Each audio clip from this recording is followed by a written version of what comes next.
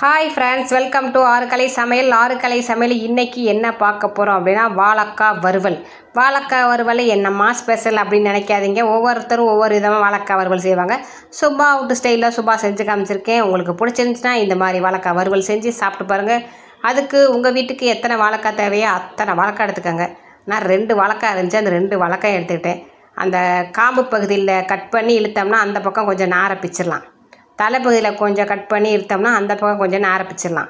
அதுக்கப்புறம் காய் சீக்கிறத வச்சு தோலை அப்படியே பில்லர் வச்சு அப்படியே சீச்சிக்கலாம். தோலெல்லாம் உரித்து எடுத்துடலாம். இப்போ என்னென்னு பார்த்தீங்கன்னா, நான் பெரிய வீடியோ போடுறேன், சின்ன வீடியோ போடுறேன், அவ்வளோ வீடியோ போடுறேன். ஷார்ட்ஸ் ஒரு நாளைக்கு 10 போடுறேன், குறைஞ்சது 10 போடுறேன்.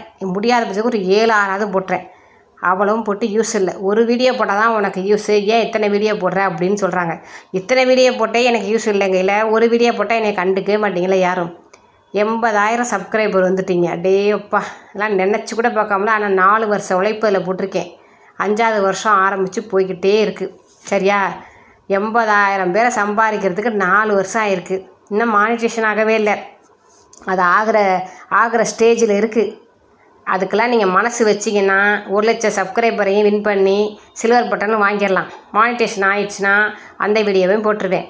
அது கொஞ்சம் அப்படியே தொட்டுக்கோ தொடச்சிக்கோன்னு கொஞ்சம் ஒட்டிக்கிட்டு இருக்குது. கொஞ்சம் ப்ளீஸ் தயவு செய்து எல்லோரும் பெரிய வீடியோ சின்ன வீடியோ எல்லாத்தையும் பாருங்கள். பார்த்து 4 வருஷ உழைப்புக்கான பலனை நான் எதிர்பார்த்துட்ருக்கேன். அதுக்காக காத்து கொண்டு இருக்கிறேன். சரியா? அந்த ஒரு முயற்சி மட்டும் செஞ்சுக்கிட்டே இருக்கேன். இப்போ வாழைக்காய் வறுவலை பார்த்து அதே நீங்கள் செஞ்சு பார்த்துருங்க. சரியா? தோலெல்லாம் சீச்சாச்சு. சீச்சிட்டு என்ன செய்யறீங்கன்னா, கத்தி எடுத்துக்கோங்க. கத்தி எடுத்துக்கிட்டு வாழைக்காய் வந்து குறுக்கால வெட்டிக்கோங்க. குறுக்கால வெட்டினீங்கன்னா அந்த சைஸ் வந்து ஒரு மாதிரி ஷேப்பாக வரும். நேராக வெட்டினீங்கன்னா ரவுண்டாக வந்துடும். அந்த மாதிரி இல்லாமல் இந்த மாதிரி வெட்டினீங்கன்னா அப்படியே மீன் மறுவல் மாதிரி ஆயிரும். சரியா? அப்படி இந்த இது என்ன மீன், வஞ்சரம் மீன், பெரிய பெரிய மீனெல்லாம் வெட்டுவாங்கள்ல, அந்த மாதிரி பாறை மீன் அந்த மீன்லாம் வெட்டுவாங்களா, அந்த மாதிரி மீன் வெட்டுற மாதிரி வந்துடும். ரவுண்டாக வெட்டிட்டு அந்த நடுவில் மட்டும் கத்தியை வச்சு அந்த வாழைக்காய் நடுவில் அப்படியே ரவுண்டாக ஓட்ட போட்டுக்கோங்க. அது பார்க்குறதுக்கு மீன் ஒரு மாதிரியாக இருக்கும். அதுக்காக தான் ரவுண்டாக கொஞ்சம் ஹோல்ஸ் போட்டுக்கோங்க. இப்போ போட்டு காமிப்பேன். வாழைக்காய் இப்போ நறுக்கியாச்சு. இப்போ ஹோல்ஸ் போட்டு காமிக்கிறேன். அதுக்கப்புறம் நீங்கள் அதே மாதிரி நறுக்கிங்க. ஓகேவா? இந்த பாருங்கள், இப்படி வச்சுக்கோங்க. வாழைக்காய் இப்படி வச்சுட்டு கத்தியை நடுவில் வச்சு அப்படியே ஒரு சின்ன ஹோல்ஸு நடுவில் உள்ள வாழைக்காய் எடுத்துடணும். ஓகேவா? அப்போ அந்த வாழைக்காய் வந்து உள்ளே போய் நல்லா வேகிறதுக்கு நல்லாயிருக்கும். சில பேர் வாழைக்காய் இந்த மாதிரி நறுக்கிட்டு தண்ணியில் வேக போட்டு அதுக்கப்புறம் சமைப்பாங்க. அரை வேக்காடு காமிச்சு வறுப்பாங்க. வாழைக்காயெல்லாம் அப்படி இப்படிங்கிறதுக்குள்ள அப்படியே சாஃப்டாக வந்துருங்க. ஒரு நிமிஷத்தில் இந்த உருளைக்கிழங்கு கூட சீக்கிரம் வெந்துடும் வாழைக்காய். அதில் நீங்கள் தண்ணியிலலாம் போட வேண்டிய அவசியமே கிடையாது. ஓகேவா? இந்த மாதிரி ரவுண்டாக வெட்டி எடுத்துருங்க உள்ளர. ஓகே? வெயில் ஜாஸ்தி ஆயிடுச்சு. மாசி மாதம் வெயில் பயங்கரமாக அடிக்குது, மண்டையை உடைக்குது. அடுத்து பங்குனி இருக்குது, பல்ல கட்டிக்கிட்டு அடிக்கும். இதெல்லாம் என்ன பண்ண போகிறேன்னு தெரில. வயசானவங்க சின்ன பிள்ளைங்க வச்சுக்கோங்களாம் ரொம்ப ஜாக்கிரதையாக இருங்க. நாங்கள் எங்கள் லட்டுவை வந்து வெயிலில் எப்படி பாதுகாக்கிறதே தெரில. இப்போயே வெயில் தாங்க முடியல எங்கள் லட்டுக்கு. ஏசி ஆஃப் பண்ணால் 1 நிமிஷம் கூட லட்டுவால் இருக்க முடியல. வெயில் அந்த அளவுக்கு அடிக்குதுங்க. வெளியில் எங்கேயுமே கூட்டி போக முடியல. சாயந்தரத்தில் போனாலும் வேர்க்குது, பகலையிலையும் போக முடியல.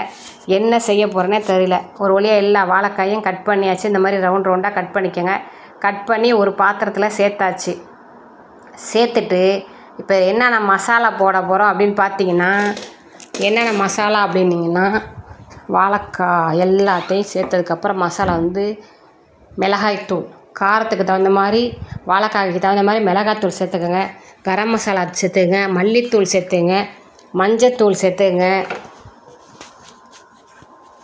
அதுக்கப்புறம் என்ன சேர்க்க போகிறோன்னா, இந்த மாதிரி எப்போதும் ரெகுலராக சேர்க்குற தூளை சேர்த்துட்டு வாழைக்காய்க்கு தேவையான உப்பை சேர்த்துங்க. சரியா? உப்பை சேர்த்துட்டு அடுத்து என்ன சேர்க்க போகிறோம் அப்படின்னு பார்த்தீங்கன்னா, அந்த இது இருக்குல்ல, கறியெல்லாம் விருப்பம்ல மசாலா, கறி மசாலான்னு சொல்லுவாங்களா, அந்த மசாலா கொஞ்சம், கரம் மசாலா தனி, கறி மசாலா தனி, அதை கொஞ்சம் சேர்த்துக்கிட்டால் அந்த டேஸ்ட்டு நல்லாயிருக்கும். அதை சேர்த்துக்கிட்டு ஒரு 2 ஸ்பூன் எண்ணெய் ஊற்றிக்கங்க. அந்த மசாலாவிலே 2 ஸ்பூன் எண்ணெய் ஊற்றிக்கங்க. ஊற்றிட்டு கருவேப்பிலை, ஒரு கொத்து கருவேப்பிலை அதில் சேர்த்துட்டு மசாலாவை உப்பு எல்லாத்தையும் போட்டு ஒன்றா அந்த எண்ணெயிலே பெசரிக்கங்க. அதுக்கப்புறம் கொஞ்சமாக தண்ணி சேர்த்துங்க. மசாலாவில் தண்ணி சேர்க்காமல் பெசற முடியாது. அதனால் கொஞ்சமாக தண்ணி சேர்த்துட்டு மசாலாவை ஒன்றும் போல் பெசரிக்கங்க. பெசரிட்டு அதுக்கப்புறம் எல்லா வாழைக்காயும் அதில் போட்டு பெசரிக்கங்க. ஓகேவா? பெசரி வச்சுட்டு வறுத்திங்கன்னா வச்சுக்கோங்க, செம்மையாக இருக்கும். பெசரிக்கங்க.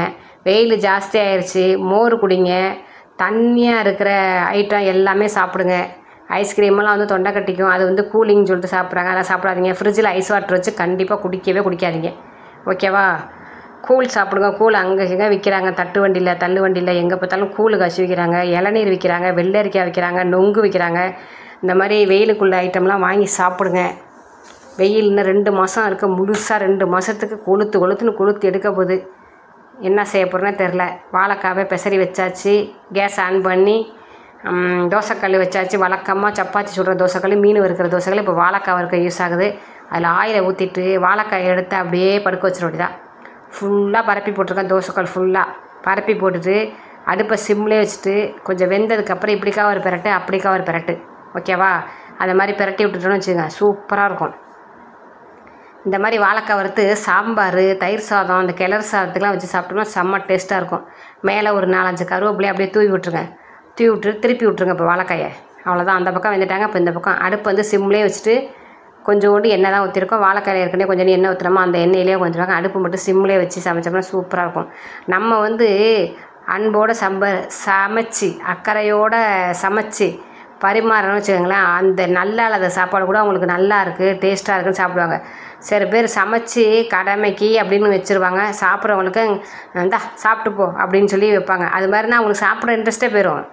நம்ம வந்து சாப்பிட வைக்கிறதுல தான் இருக்குது. நல்லா இருக்குது நல்லா இல்லைங்கலாம் அவங்க சாப்பிடுங்கன்னு சொல்கிறதுலையே சாப்பிடணும்னு தோணும். அந்த மாதிரி சாப்பிட சொல்லணும். சாப்பிட்டா சாப்பிடாட்டி போய் என் வேலை முடிஞ்சிச்சு அப்படிலாம் சமைச்சு போடக்கூடாது. சமைக்கிறதுக்கு இன்ட்ரெஸ்ட்டோடு சமைச்சாதான் நல்லாயிருக்கும். டேஸ்ட்டு வரும், சுவையும் வரும், எல்லாமே வரும். சாப்பிட்றவங்களும் திருப்தியாக சாப்பிடுவாங்க. ஓகேவா? வாழைக்காய் எல்லாத்தையும் இந்த பக்கமாக பெரட்டி விட்டாச்சு. சுபா ரொம்ப தொடர்ந்து பேசுகிறேன்னு நினைக்கிறீங்களா? வாழைக்காய் வேகணும்ல, அதனால் பேசிகிட்ருக்கேன். கொஞ்ச நேரம் பேசிகிட்ருப்போம். சூப்பராக ரெடி ஆகிடுச்சு பார்த்தீங்களா? இப்போ அடுப்பு வந்து சிம்லேயே தான் இருக்குது. நான் சொன்ன மாதிரியே நீங்கள் வாழைக்காய் ஒரே டைம் கண்டிப்பாக ட்ரை பண்ணி செஞ்சு பாருங்கள். சூப்பரான வாழைக்காய் வறுவல் சுபா செஞ்சு காமிச்சிருக்கேன். இதை கண்டிப்பாக செஞ்சு பார்த்து சாப்பிட்டு பார்த்துட்டு சொல்லுங்கள். சின்ன வீடியோ பெரிய வீடியோ எல்லாமே பாருங்கள். ஓகே பாய், நன்றி, வணக்கம்.